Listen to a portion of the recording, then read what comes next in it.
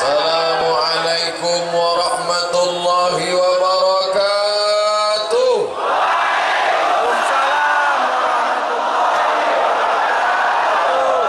Alhamdulillahilladzi bi ni'matihi tatimmus shalihat.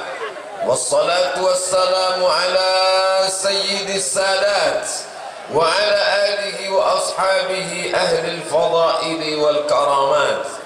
Subhanaka la ilma lana illa ma 'allamtana innaka antal alimul hakim.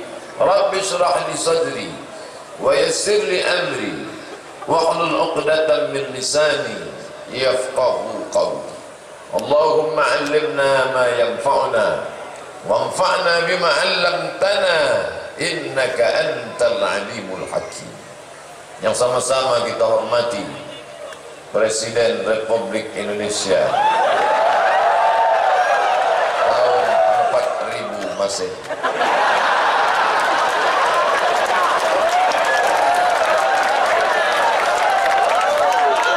Ini membatalkan prasangka dan mengatakan akan terjadi kiamat tahun 1500.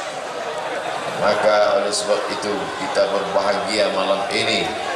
Jangan larut dalam kesedihan. Tanggal 24 Desember tahun 1000, oh bukan 1000. Rusak saya hitungan tahun nih gara-gara presiden nih.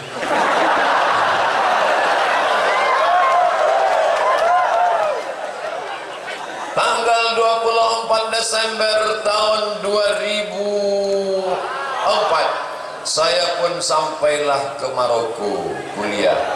Lalu kemudian 26 kawan di sebelah kamar saya menangis berteriak keras. Namanya tak saya sebutkan, menjaga kode etik jurnalistik. Menangis dia, kata dia di kamar sebelah. Kami heran, kenapa? Ada apa? Kenapa menangis?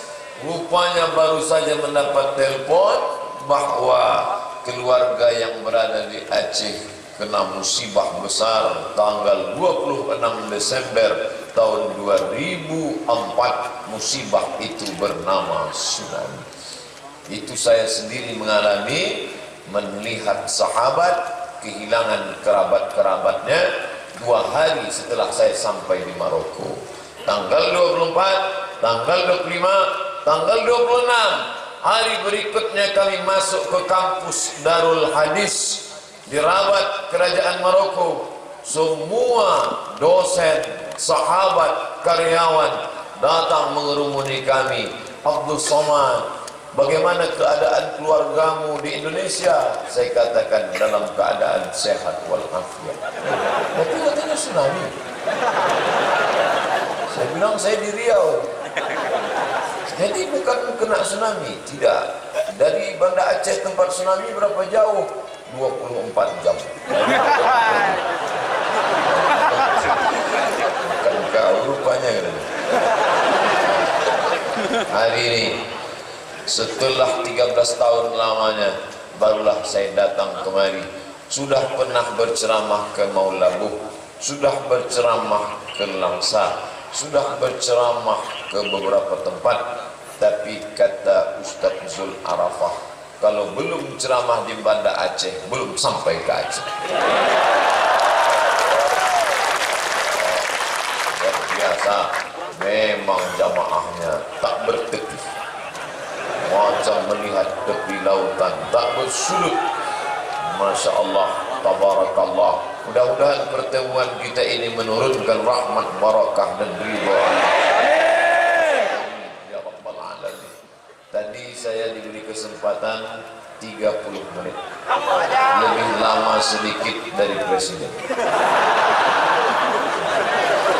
Berarti siapa yang lebih hebat, presiden atau saya? Tapi malam ini melimpah ruah jamaah, saya berpikir tak sampai setengah jam. Ini nampaknya 20 menit selesai. Melihat jam sudah jam 11.